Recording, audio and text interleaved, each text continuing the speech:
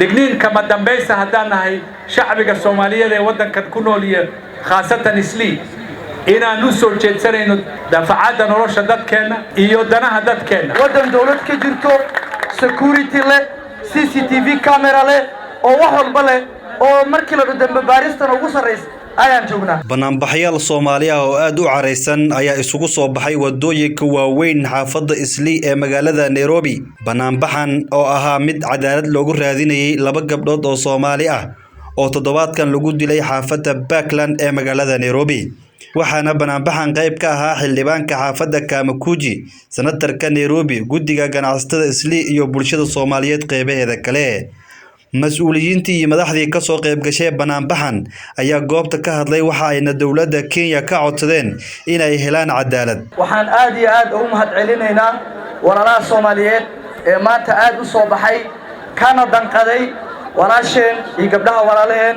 iyo hooyadeen dhibka soo gaaray ee foosha xun oo weligeed ka dhicin dalka Kenya ee ku dhacday waxaan leenahay qoyska iyo reerka Allah u naxariisto gabdhaheena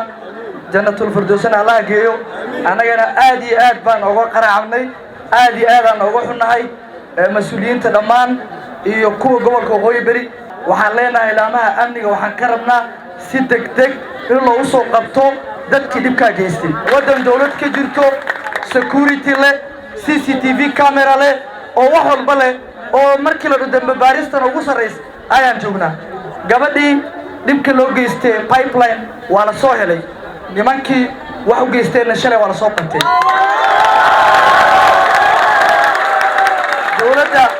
dawladda waxaan ka rabnaa sida juhdigii loo geliyay arintii pipeline in gabdhaheena juhdi loo geliyay haddii anaga dawladda aan ka heli weyno jawaab ma ganacsanayno ma shaqaysanayno sababtay tahay amnigeena maba sugnaba dawladdana waxaan leenahay anaga dadkaan matalayna haddaysan nabad ahayn waxaan ka joogayna ma jirto arinta ka dhacday Islii oo hooyadood iyo ilmaha la laayay oo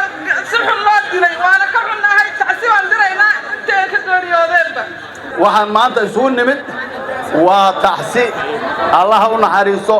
aad baan walaalahay ugu xunahay imaamadii iyo gabdhaheedii Israaciil aad baan ugu xunahay dhacdadaas baan ka xunahay taasaana isugu nimid hawsha waxa way Soomaaliyeed midnimaan uga dabaalan karnaa dawladda waxaan ka codsanaynaa inay si degdega waa inay soo qabtaan wixii dadka falkaas sameeyay qoyskii Soomaaliyeed ee lagu xadgudbay muxuu ahaa gurigii la baabi'iyay baan ugu tacsiyeynaa intii la dhalatay intii walaal leh intii saaxiib leh madaxdana waxaan ka codsanaynaa in hawshan iyada la dabagalo kuwii dhagar qabayaasha ahay oo dhibka geystin la soo qabto oo muxuu ahaa sharciga la marsiyo anaka diinta namidaysa la ilaaha illallah muhammad rasuulullah namidayso marka taas ida ayaan ku midoobaynaa waxaan kaleentay calamadan qabiilada ay sameystaan ee baqtigan waxaan xaafadaha Islii mar dambe loo ogolaado maaha Islii business community go'aan bay ka soo saareen anaka waxaan deeqda Soomaaliya mid ayaan deeqda taas la socda insha Allah xanuun iyo culays dheeraad ah ayay nagu tahay maanta inaan halkan isugu nimid annagoo u tacsiyeynaya saddex gabdhood oo naga dhashay xawayaannimo loo dilay la jir dilay la kufsaday meelo kala duwan lagu tuuray aad iyo aad bay u xanuun badan tahay waxaan leenahay u dul qaadan mayno anagu haddaan nahay Soomaali u gegsan mayno dilka lagu hayo dadkeena maantana waxaan u soo baxnay inaan baaq dheer u jeedino dawladda Kenya dawladda waajibaadkeedu waxa weeyaan in ay daafacdo shacabkeeda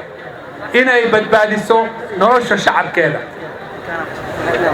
hawshaasi way ka soo bixi waysay dawladda Kenya sida aad maanta u aragtaan in lagu dilay 3 qof oo ka tirsan hal qoys waa xanuun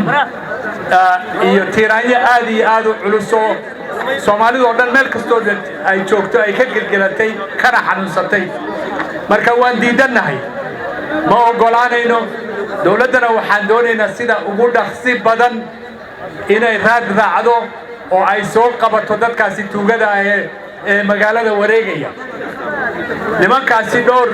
waa niman gaang oo wada tashaday 3 meelood bay meedka ku tuureen shalayna labadii gacmood ee gabadhii la dilay ayaa laga helay South Sea jirkii ugu horeeyay waxay ku tuureen Parklands jirkii kale waxay ku tuureen Bahati kii saddexaadna Machakos bay geeyeen gacmahana way ka gooyeen dawladuna markaa waxaan leenahay hawshaasi ha ka seexanina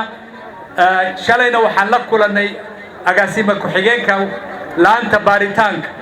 agaasimaha Maxamed Amiin wadanku ka maqan yahay waxa jooga John Onyango nin la yiraahdo ku xigeenkiisa asagana wuxuu loo ballan qaaday oo la yiri 2 team oo baaritaan ba arintaasi ku jira hawshaas marka waxaan rajaynaynaa si degdeg ah in arintaasi loo soo afjaro oo dadkaasi la soo qabo digniin kama dambaysa hadaan nahay shacbiga Soomaaliyeed ee wadankan ku nool iyo khaasatan Islii inaan u soo jeedsanayno dafacada nolosha dadkeena iyo danaha dadkeena aanan marnaba u dul qaadanaynin oo aan u dhanac kale u sii jeedsanaynin hadii aan wax laga qaban dadkaasi wax dilay oo aan la soo qaban sida ugu dhaqsi badan